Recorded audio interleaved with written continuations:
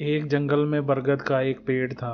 उस पेड़ के ऊपर एक चील घोंसला बनाकर रहती थी, जहां उसने अंडे भी दे रखे थे।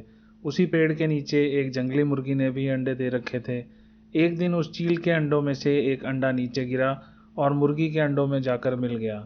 समय बीतता गया और अंडा फूटा और चील का बच्चा उस अंडे से निकला, और वह यह सोचते हुए ही बड़ा हुआ कि वो एक मुर्गी है। वो मुर्गी के बाकी बच्चों के साथ ही बड़ा हुआ। वह उन्हीं के कामों को करता था जिन्हें एक मुर्गी करती थी। वो मुर्गी की तरह ही कुड़कुड़ाता था, जमीन खोदकर दाने चुगता था, और वो इतना ही ऊंचा उड़ पाता था जितनी ही एक मुर्गी उड़ती है। एक दिन उसने आसमान में एक चील को उड़ते देखा, जो बड़ी शान से उड़ रही थी। उसने अपनी मुर्गी माँ से पूछा कि उस चिड़िया का क्या नाम है, जो इतना ऊंचा बड़ी शान से उड़ रही है। मुर्गी ने जवाब दिया कि वह एक चील है। फिर चील के बच्चे ने पूछा, माँ, मैं इतना ऊंचा क्यों नहीं उड़ पाता? मुर्गी बोली, तुम इतना ऊंचा इसलिए नहीं उड़ सकते क्योंकि तुम एक मुर्गे हो। उस बच्चे ने मुर्गी की बात तो मान ली, लेकिन उसके शरीर में एक अजीब सी शक्ति का एहसास उसे होता रहता था।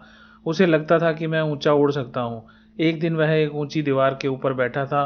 वहां से उसने छलांग लगा दी और उड़ने की कोशिश करने लगा। उसने ये देखा कि वो तो उड़ सकता है, और वो उड़ते उड़ते ऊंचे आसमान में चला गया। उड़ते आसमान में उसे वही चील मिली, और उस चील ने उसे बताया कि तुम मुर्गे नहीं चील हो। अब उसके पंखों में एक नई जान आ गई थी, और अब वह शान से उसी आकाश में उड़ रहा था। मित्रों, जो भी हम सोचते हैं या नया कुछ करने की कोशिश करते हैं, तो दूसरे हमें यह कहकर रोकते हैं कि तुम ऐसा नहीं कर सकते, ऐसा नहीं हो सकता है, और हम अपना इरादा यह सोचकर बदल लेते हैं कि वाकई मैं ऐसा नहीं कर सकता, और हार मान लेते हैं। इसका मुख्य कारण अपने ऊपर भरोसा न होना होता है, अपनी शक्तियों पर भरोसा न होना होता है, अपने काम पर भरोसा न होना होता है। दोस्तों, जो लोग कहते हैं उन्हें कहने दीजिए। लोगों का काम है कहना।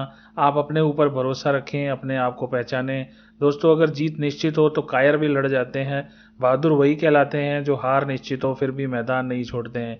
इसलिए कुछ भी हो जाए, मैदान नहीं छोड़ना है, और अपने सपनों को अपने पंखों की उड़ान से पूरा करके ही दम लेना है। मित्रों, आज की यह कहानी अगर अच्छी लगी हो तो इसे लाइक करें, अपने दोस्तों के साथ भी ज़रूर शेयर करें। साथ ही हमारे चैनल को सब्सक्राइब करना बिल्कुल ना भूलें, और घंटी के बटन को ज़रूर दबा दें। इस कहानी को आखिर तक सुनने के लिए आप सभी का बहुत बहुत धन्यवाद।